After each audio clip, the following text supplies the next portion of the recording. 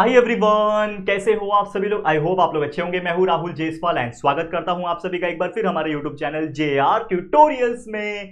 तो दोस्तों, जैसा कि आप जानते हैं कि हमने आप सभी के लिए न्यू बैच चालू किया हुआ है, जिसमें हम आप देख सकते हो दोबारा सब कुछ पढ़ा रहे हैं, वो भी न्यू तरीके से डिजिटल बोर्ड पे, ताकि आपकी वीडियोस की क्वालिटी और बेहतर हो सके और हमारे ऐसे वीडियो जो है वो सालों साल चल सके और हमारे वीडियोस देख के आप सभी के कंसेप्चुअल नॉलेज क्लियर कर सके और अच्छे से अच्छा मार्क्स एग्जाम में स्कोर कर सके। अब खैर, ये तो हमारा न्यू बैच है, लेकिन आप लोग पता होगा कि हम लोग पिछले 4-5 साल से आपके लिए पढ़ा रहे। तो हमारे पहले वाला बैच यानी पहले के जो वीडियोस है, जब हमारे पास व्हाइट बोर्ड था, तो उस टाइम पे भी हमने पूरा सिलेबस पढ़ा रखा था। तो आपका पूरा साइंस सब्जेक्ट का, पूरा मैथमेटिक्स सब्जेक्ट का और पूरा एसएसटी यानी हिस्ट्री, ज्योग्राफी और सिविक्स, सारे चैप्टर के lecture by lecture videos available है हमारे इस चैनल पे। तो हमारे पहले वाले वीडियोस आज भी प्रेजेंट है, ट्रेंडिंग में हमेशा रहते हैं। तो आप यूट्यूब पे सर्च करोगे तो भी आपको डायरेक्ट मिल जाएगा, ठीक है।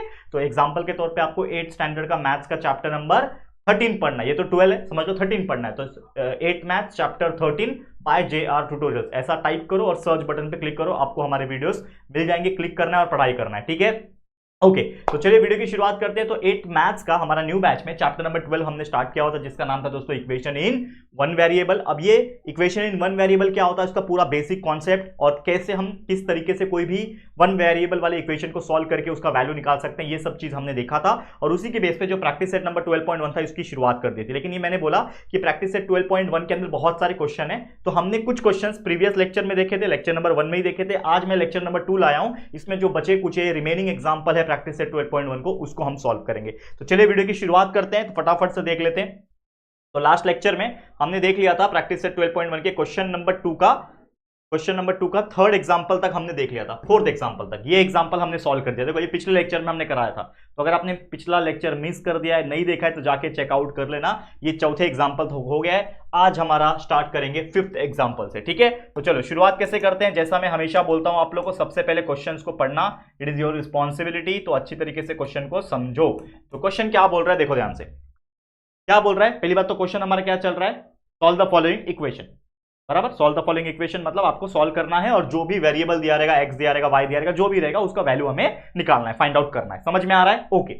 अब यहां पे क्या दिया है, 9x/8 + 1 = 10। 9x/8। तो जैसे मैंने बोला कि हमें सबसे पहले क्या करना होता है कि जो क्वेश्चन है हमारा, यानी जो इक्वेशन इन वन वेरिएबल है, उसको एज इट इज लिख लेना होता है। तो हम क्या करेंगे, एज इट इज इसको लिख लेंगे। लिख लिया।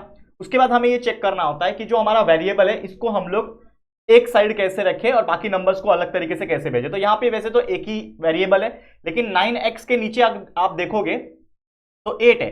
तो 9x के नीचे 8 है, ये +1 है, = 10 है। तो अगर ये 8 को मुझे यहां से हटाना है, मुझे 9x के नीचे 8 नहीं चाहिए, तो इस 1 के नीचे भी मुझे कुछ तो लिखना पड़ेगा, तब जाके ये क्रॉस मल्टीप्लाई होगा। या तो ये कर सकते हो, या तो मैं क्या करता हूं, एक मेथड है, शायद आपने 6th में 7th में पढ़ा होगा। एक मेथड है, कभी भी अगर ऐसा होता है तो आप एक चीज लिख सकते हो कि अगर किसी एक के नीचे 8 है और उसके साथ प्लस या माइनस में कोई नंबर है और उसके नीचे कुछ नहीं है, तो आप सिंपली क्या करो, थ्रू आउट मल्टीप्लाई कर दो। तो आप लिख सकते हो मल्टीप्लाई 8 थ्रू आउट, इसको बोला जाता है, ये मेथड को बोला जाता है मल्टीप्लाई 8 थ्रू आउट। तो इसमें होता क्या है कि जिसके नीचे वाकई में 8 होता है, वो वैसे का वैसे ही रहता है, उसके नीचे से 8 हट जाता है। अब 8 हटने के बाद क्या हो जाता है, ये जो 8 होता है नीचे जो हट गया, वो बाजू वाले नंबर के साथ मल्टीप्लाई हो जाता है। तो 8 × 1 8 हो जाएगा, = 8 × 10 80 हो जाएगा। ये चीज आपको ध्यान में रखना है।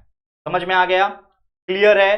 ओके, समझ में आ गया कि नहीं? चलो, अब इसको हम लोग क्या कर सकते हैं, देखो इसको हम लोग कैसे सॉल्व कर सकते हैं। ये 9x है, ये +8 है। अगर ये +8 को 80 के पास भेज दूंगा, क्योंकि मुझे x का वैल्यू निकालना है, तो मुझे इसको अकेला रखना पड़ेगा।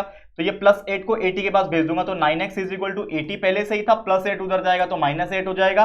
तो देयरफॉर 9x = 80 में से 8 गया, कितना बचेगा, 72 बचेगा। हमें यहां पे क्या चाहिए, x का वैल्यू चाहिए। इधर से क्या चाहिए, मुझे x का वैल्यू चाहिए, करेक्ट। तो देयरफॉर x = ये 72 इधर पे ही है। अब ये 9 और x आपस में क्या थे, मल्टीप्लाई में। मैंने क्या बोला, जब इक्वल के उस साइड जाएगा, यानी नदी पार करके जब जाएगा, तो ये जो मल्टीप्लाई वाला चीज है वो क्या हो जाता है, डिवाइड हो जाता है। डिवाइड वाला मल्टीप्लाई हो जाता है, प्लस वाला माइनस, माइनस वाला प्लस हो जाता है।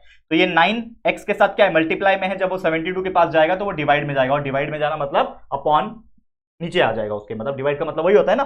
अब 9 के टेबल में 72 कितने बार में आ जाएगा, 9 × 1 = 9, 9 × 8 = 72। तो कितना हो जाएगा, 8/1। तो 8/1 इज नथिंग बट 8। तो देयरफॉर आपका x यानी जो वेरिएबल है, इसका वैल्यू आ गया 8। तो इस तरीके से हमने ये क्वेश्चन को कितना आसानी से सॉल्व करके दिखा दिया। तो जो हमारा वैल्यू आ गया, जो कि आ गया x इज इक्वल टू 8।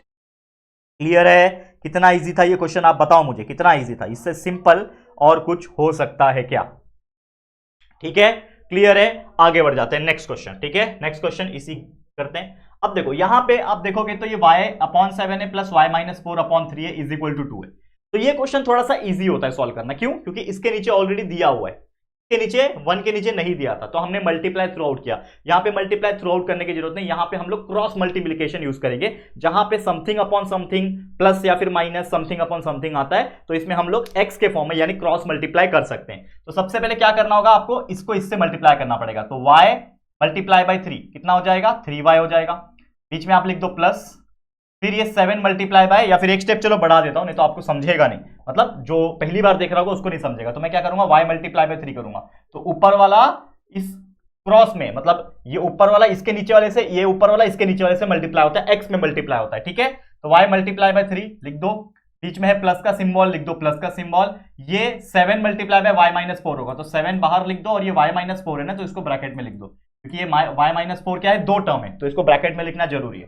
फिर नीचे क्या आ जाएगा, इन दोनों का, जो नीचे वाले होते हैं उनका आपस में मल्टीप्लिकेशन, और इस प्रोसेस को हम लोग बोलते हैं क्रॉस मल्टीप्लिकेशन। इस प्रोसेस को हम लोग क्रॉस मल्टीप्लिकेशन बोलते हैं, जो शायद आपने 6 या 7 में कहीं ना कहीं पढ़ा ही होगा। ठीक है, और ये क्या है, इज इक्वल टू 2 के बराबर है, लिख दिया।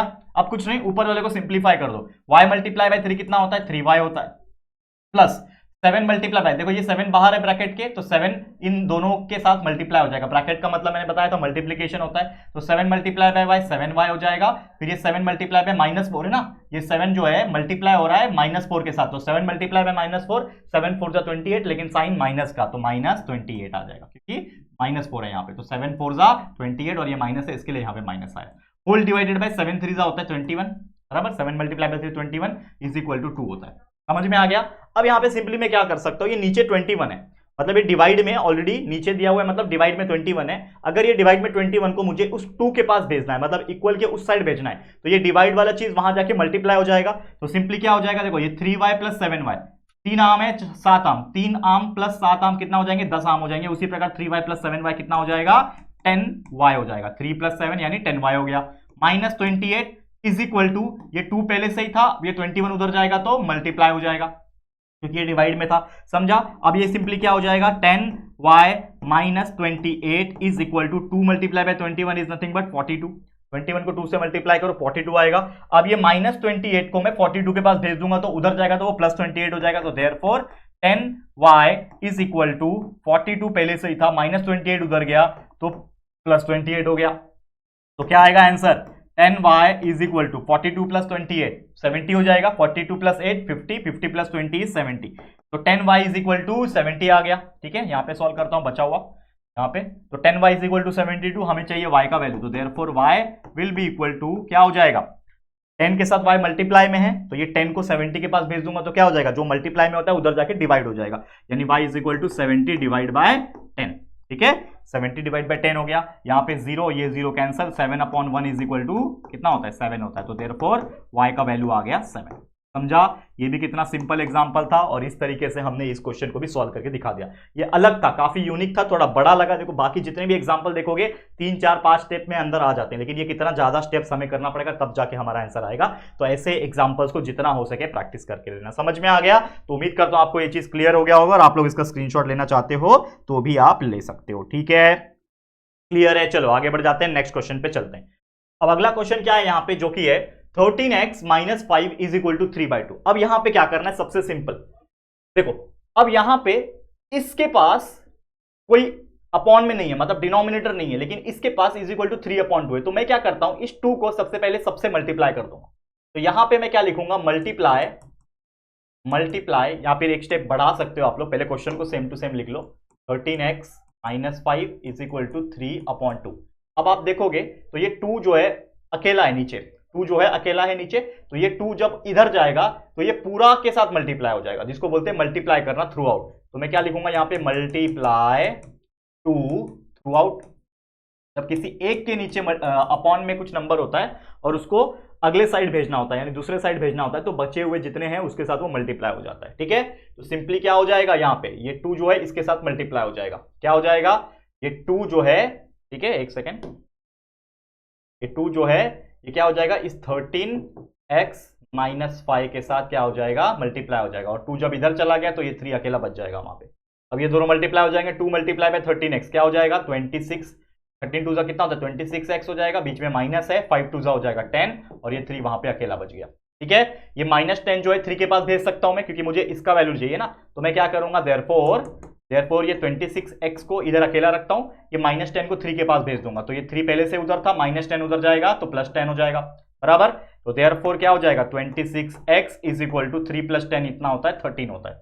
हमें चाहिए x का वैल्यू, तो देयरफॉर मुझे x का वैल्यू चाहिए, तो therefore x is equal to क्या है, इधर 13 है, लेकिन ये 26 और x आपस में मल्टीप्लाई में है, तो ये जब 13 के पास जाएगा, 26 उठ के 13 के पास जाएगा, तो ये इसके साथ मल्टीप्लाई में था, तो अब 13 के पास जाएगा, मतलब इक्वल को उसने पार किया, नदी पार की, मतलब क्या होगा, डिवाइड हो जाएगा, तो 26 नीचे आ जाएगा, तो 13/26। अब आपको पता है 13 के टेबल में 13 1 26 होता है, सॉरी 13 1 13 होता है, 13 2 26 होता है, कितना आ रहा है आंसर 1/2। अब 1/2 का मतलब हाफ होता है, 2/1 होता है तो हम 2 लिखते हैं, लेकिन ये 1/2 है, तो इसको हम लोग सिंपली क्या लिखेंगे, देयरफॉर x का जो वैल्यू आ गया हमारे पास 1/2 आ गया। तो इस तरीके से हमने ये क्वेश्चन को भी सॉल्व कर दिया, तो हमारा आंसर क्या आ गया, आधा मतलब 1/2 आंसर जो है हमारा आ गया। क्लियर? तो उम्मीद करता हूं ये क्वेश्चन भी आपको समझ में आ गया। देख सकते हो विद इन 1 मिनट, 1 मिनट भी नहीं लगता, अगर आप प्रैक्टिस कर लोगे तो आपको सिर्फ 20-30 सेकंड लगेंगे ऐसे क्वेश्चंस को सॉल्व करने में, बहुत इजी होते हैं। बस आपका दिमाग चलना चाहिए, क्योंकि भले ही मैं बोल रहा हूं ये इजी है, लेकिन आप लोग का स्टैंडर्ड भी तो छोटा है ना। लेकिन जो अगर कोई 10वीं के बच्चों को ये चीज मैं दे दूं तो वो मुझे लगता है 10 सेकंड के अंदर सॉल्व कर देंगे। लेकिन मैं आपको ये चीज क्या बता रहा हूं कि आप लोग डरना बिल्कुल नहीं, क्योंकि ये चीज देख के अगर डर रहे हो कहीं ना कहीं तो फिर दिक्कत है। आपको बस कंसेप्ट पे यकीन करना है, और जो प्रोसेस मैंने सिखाया है माइंड में वो चीज रखना है और सॉल्व करते जाना है, ऑटोमेटिकली आंसर निकलता है। समझ में आ रहा है? चलो आगे बढ़ जाते हैं अगले क्वेश्चन पे। देखो ये तो सिंपल हो गया, ऐसे टाइप के एग्जांपल्स हमने देखे हुए। सबसे पहले क्या करना होता है, ये 3 जो है ब्रैकेट के बाहर है तो मल्टीप्लाई कर दो अंदर, तो 3 मल्टीप्लाई बाय y हो जाएगा, ठीक है, बीच में प्लस है, फिर 3 मल्टीप्लाई बाय 8 हो जाएगा 24, ठीक है, एक स्टेप बढ़ाना, बढ़ा लो, ठीक है, पहले पूरा लिख दो same to same, 3y + 8 is equal to 10y - 4 + 8। हमने क्या किया, स्टेप सेम टू सेम पहले लिख लिया उसको। अब सिंपली क्या करना है, अंदर मल्टीप्लाई करना है, तो क्या हो जाएगा 3 multiply bye y 3y, 3 multiply bye 8 24, 3 8 24 होता है, बीच में है इक्वल लिख दिया, 10 multiply by y 10y, 10 multiply by -4 -40, और ये +8 जो है उसको साथ में ले लिया। समझ में आ गया? ठीक है, अब कुछ नहीं करना है, जैसे मैंने बोला कभी भी अगर आपको 2y दिख रहा है या फिर 2x दिख रहा है, मतलब सेम वेरिएबल के 2 दिख रहे हैं 3 दिख रहे हैं, उन सभी को एक साथ एक डायरेक्शन में लाना है। तो यहाँ पे 3y है, ठीक है, देखो ये 3y यहाँ पे है, इसको मैं इधर ही रखता हूँ। ये 10y जो है, क्योंकि जो 3y है ये भी तो y वाला है ना, तो 10y जो है इसको इक्वल को पार करा के 3y के पास जब मैं लाऊंगा, तो ये जो 10y है ये क्या है, पॉजिटिव है, इसके आगे कुछ नहीं लिखा है, मतलब यहाँ पे क्या है, प्लस है ना, जो कि हम लिखते नहीं है यूजुअली, ठीक है। तो ये 10y क्या है, पॉजिटिव है। अब ये पॉजिटिव 10y जब इक्वल के इस तरफ आ रहा है, मतलब नदी पार कर रहा है, कैसे भी करे, चाहे इधर से इधर जाए चाहे इधर से उधर जाए, नदी तो पार कर रहा है, यानी इक्वल पार कर रहा है, तो इक्वल को जब वो क्रॉस करके जा रहा है तो ये पॉजिटिव 10y इधर आके क्या बन जाएगा, नेगेटिव 10y, यानी -10y बन गया, ठीक है। इज इक्वल टू लिखता हूं यहां पे, क्यों, क्योंकि अब ये जो +24 था 3y के पास, इस +24 को मैं उधर भेजूंगा, तो क्या हो जाएगा, पहले जो बचा हुआ है वो लिख दो, ये 10y तो हट गया यहां से, 10y तो इधर आ गया, तो अब इक्वल के बाद क्या बचा, ये दोनों बचा जो कि है -40 + 8। अब ये +24 भी उधर जाएगा तो -24 आ गया, +24 भी इधर उठ के आ गया जो कि आ गया -24। समझा दिमाग का खेल? अब देखो, अब रियल खेल शुरू हो रहा है। ये 3y में से 10y गया, अब छोटे में से बड़ा नंबर जाता नहीं है, लेकिन बड़े में से छोटा जाता है, तो 10 में से 3 को माइनस करोगे तो कितना आता है, 7y आता है। लेकिन हमेशा याद रखना कि जब छोटे में से बड़ा माइनस करने दिया होता है तो करना आपको बड़े में से छोटा ही है, लेकिन साइन लगा देना है माइनस का, क्योंकि छोटे में से बड़ा नहीं जाएगा, क्योंकि छोटे में से बड़ा जाएगा तो आपको निगेटिव का साइन लगाना पड़ेगा। तो 3y में से 10y गया तो -7y आता है, ठीक है, समझ में आ गया, बीच में है इक्वल, लिख दिया बीच में इक्वल। अब देखो ये -40 है, +8 है, -24 है, ठीक है। अब देखो -40 + 8, तो एक रूल शायद आपने 7वीं में मैंने पढ़ाया होगा, कभी भी माइनस प्लस साथ में आया तो होता है माइनस, प्लस माइनस आया तो भी माइनस ही करना होता है, प्लस प्लस आया तो आपको प्लस करना होता है, और अगर 2 माइनस साथ में आया तो आपको माइनस ही करना हो, सॉरी प्लस ही करना होता है, लेकिन साइन आपको माइनस का देना पड़ेगा, ठीक है। समझ में आ गया ये चीज? ओके, अब वापस से ध्यान दो जो मैं बताने की कोशिश कर, यहां पे क्या हो रहा है, -40 है, +8 है, -24 है, तो पहले 2 को पकड़ो, पहले इन दोनों को पकड़ो, सॉरी पहले सिर्फ इन दोनों को पकड़ो, -40 + 8, यानी कि मेरे पास -40 है और उसको मैं प्लस करूंगा 8 के साथ, ठीक है। तो मुझे पता है माइनस और प्लस साथ में जब आते हैं तो क्या होता है, माइनस ही होता है, मतलब मुझे क्या करना है, माइनस ही करना है। तो मतलब 40 में से बड़े में से छोटे को माइनस करना है। तो 40 में से 8 माइनस करो तो कितना बचता है, 32 बचता है। ठीक है, 40 में से 8 माइनस करूंगा तो 32 बचता है। ठीक है, लेकिन मैंने क्या बोला, बड़े में से छोटा जाए या फिर छोटे में से बड़ा जाए, लेकिन द मेन इंपॉर्टेंट थिंग क्या होता है कि बड़ा नंबर के पास सिंबल क्या है। जैसे मैंने यहां पे क्या बोला कि छोटे में से बड़ा गया, ठीक है, छोटे में से बड़ा गया, लेकिन बड़ा जो था वो 10y था और उसके पास जो साइन था वो माइनस था, इसके लिए यहां पे माइनस का साइन आया। ठीक है, उसी प्रकार आपने माइनस किया, प्लस माइनस माइनस होता है, इसके लिए 40 में से 8 को माइनस किया, 32 आ गया। अब 32 आने के बाद आपको ये चेक करना कि ये दोनों नंबर में से बड़ा नंबर कौन सा है। तो बड़ा नंबर 40 है, 40 के पास सिंबल कौन सा है, माइनस है, तो यहां पे भी आपका माइनस आएगा। तो ये हो गया -32। तो इन दोनों को किया तो ये -32 आ गया, इन दोनों को सॉल्व करके -32 आ गया, और यहां पे -24 तो लिखा ही हुआ है, तो आगे लिख दिया। ठीक है, समझा। अभी भी आंसर नहीं आया, ठीक है, चलो कोई बात नहीं। अब यहां पे देखो ये सेम है, -7y इज इक्वल टू, अब यहां पे इन दोनों को सॉल्व करना है। तो जैसे मैंने बोला कि अगर दो माइनस साथ में आते हैं तो इसको हम लोग को क्या करना पड़ता है, प्लस। तो यहां पे क्या है मेरे पास, यहां पे है मेरे पास -32 और -24। अब मुझे पता है माइनस माइनस क्या होता है, प्लस होता है, तो प्लस कर लो। 2 + 4 6 होता है, 3 + 2 5 होता है, मतलब इन दोनों को प्लस करूंगा तो 56 आएगा। लेकिन जैसे मैंने बोला कि अगर दोनों ही माइनस है तो एक माइनस तो लिखना पड़ता है आंसर में, तो जो कि है 56 का आ जाएगा -56। यहां पे क्या लिखेंगे, -50। समझा? ओके, ये कुछ बेसिक चीजें हैं जो आपको याद रखना है जिंदगी भर, नहीं तो मैथ्स आपको तकलीफ देगा। लेकिन जिन्होंने ये कंसेप्ट, जो मैं बीच बीच में बताता रहता हूं, ये कंसेप्ट जिन्होंने मेमोराइज करके रख लिया और जिंदगी भर के लिए प्रैक्टिस करके रख लिया, आप जब तक पढ़ रहे हो, जब तक मैथमेटिक्स कर रहे हो, आपको कभी लाइफ में दिक्कत नहीं आएगी। ठीक है, अब यहां पे एक चीज फोकस क्या करना है, आपको निकालना है y का वैल्यू। तो यहां पे आप क्या निकालोगे, y का वैल्यू निकालोगे। तो therefore y is equal to, ये -56 है। अब ये -7 y के साथ क्या है, मल्टीप्लाई में है, -7y है ना, तो -7y के साथ मल्टीप्लाई में है। तो मल्टीप्लाई वाला चीज अगर इक्वल के उस साइड जाएगा तो ये डिवाइड में आ जाएगा। तो -56 पहले से ही था, अब नीचे आ जाएगा आपका -7। अगर आप नोटिस करोगे तो ऊपर भी माइनस है, नीचे भी माइनस है, और ये चीज कैंसिल कर सकते हैं हम लोग, यानी ऊपर नीचे सेम सेम साइन है ना, तो कट हो जाएगा। तो क्या बचेगा, सिर्फ 56/7। तो 56/7 को डिवाइड कर लो, 7 1 7, 7 8 56, यानी आ रहा है 8/1, और 8/1 का मतलब होता है 8। तो therefore y is equal to 8 हमारा आंसर जो है वो आ गया। तो इस तरीके से हमने ये क्वेश्चन को भी कितना आसानी से सॉल्व करके दिखा दिया। क्लियर, समझ में आया दोस्तों? तो हमारा आंसर आ गया y is equal to 8। Clear, आगे बढ़ जाएं। चलो नेक्स्ट क्वेश्चन पे चलते हैं, और 2 या 3 एग्जांपल ये फटाफट से देख लेते हैं, फिर ये लेक्चर हमारा कंप्लीट हो जाएगा। चलो, तो ये क्वेश्चन देखो, सेम जैसे मैंने बोला ऐसे क्वेश्चंस भी आएंगे। पहले मैं लिख लेता हूं same to same, x - 9/x - 5 बीच में इक्वल आ गया, बीच अपॉन 5/7। कभी भी अगर ऐसा क्वेश्चन आपको दिखता है कि something upon something is equal to something upon something, तो अगेन क्या करना होता है, क्रॉस मल्टीप्लाई, और कुछ नहीं करना है। ये 7 को इस पूरे के साथ मल्टीप्लाई करना है। तो 7 को इस पूरे के साथ, जो कि है x - 9 लिख दिया, बीच में इक्वल का साइन, ये 5 को इस पूरे के साथ नीचे वाले के, जो कि है x - 5। अब बस सॉल्व कर लो और आंसर आ जाएगा 7x - 7 9 63 is equal to 5x बीच में माइनस 5 5 25। हमने क्या किया, सॉल्व कर दिया। अब सेम सेम वाले को साथ में लाओ, यानी नंबर को साथ में, वेरिएबल को साथ में। तो ये 7x पहले से इधर है, ये प्लस 5x है, मतलब पॉजिटिव 5x को इधर लाऊंगा तो -5x हो जाएगा, इज इक्वल टू ये -25 पहले से इधर ही है, ये -63 को उधर लाऊंगा तो +63 हो जाएगा। समझा? इधर का उधर किया बस, और कुछ नहीं। 7 में से 5 गया, कितना बचेगा, 2x बचेगा, इज इक्वल टू 63 प्लस है, ये प्लस और माइनस है, देखो ये माइनस ये प्लस, प्लस माइनस क्या होता है, माइनस। तो 60 में से 25 माइनस कर दो, तो 63 में से 25 माइनस करो, 63 में से 25 माइनस हो गया, 13 में से 5 गया 8, और 5 में से 2 गया 3, 38 बचेगा। क्या आ जाएगा, 38 बचेगा। लेकिन बड़ा कौन है, 63 बड़ा है कि 25 बड़ा है, 63 बड़ा है, 63 के बाद साइन क्या है, प्लस का साइन है, तो आंसर भी प्लस ही आएगा, मतलब पॉजिटिव ही आएगा।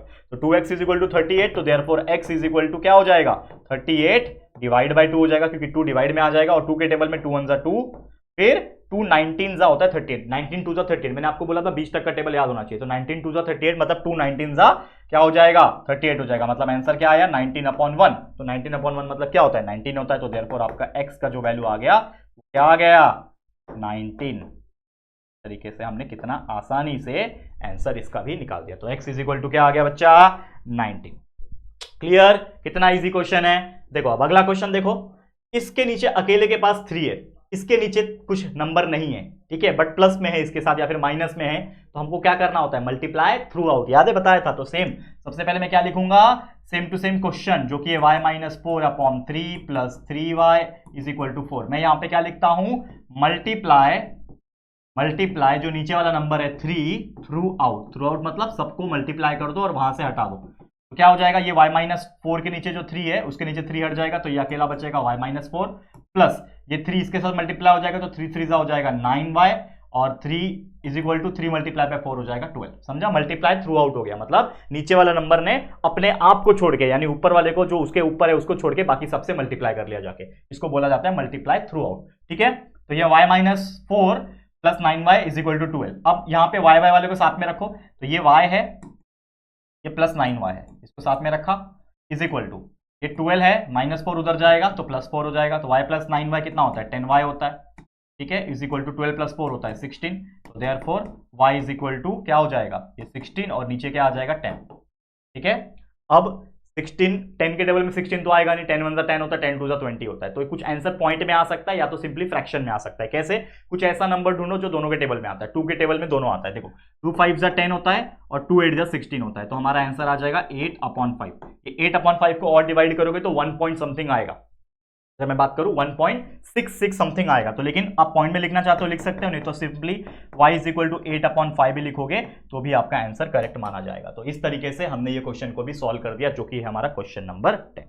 समझ में आएगा कितना इजी क्वेश्चन है, कितना इजी क्वेश्चन है। ठीक है, क्लियर, आगे बढ़ जाते हैं और एक आखिरी क्वेश्चन है हमारे इस प्रैक्टिस सेट नंबर 12.1 का, इसको देख लेते हैं और ये प्रैक्टिस सेट हमारा एंड हो जाएगा। तो चलिए देखते हैं, जो कि अब खतरनाक देखने में है, लेकिन बच्चे इसको देख के डरे मत, ये सबसे इजी क्वेश्चन है पूरे प्रैक्टिस सेट का। कुछ नहीं करना है, ऊपर देखो b plus b plus 1 plus b plus 2 सब प्लस में है ना, तो लिख दो ना b प्लस, ब्रैकेट हटा दो b प्लस 1, इसका भी ब्रैकेट हटा दो b प्लस 2। क्या किया मैंने, सिंपली ब्रैकेट हटा दिया, नीचे क्या है 4 है इज इक्वल टू 21 है।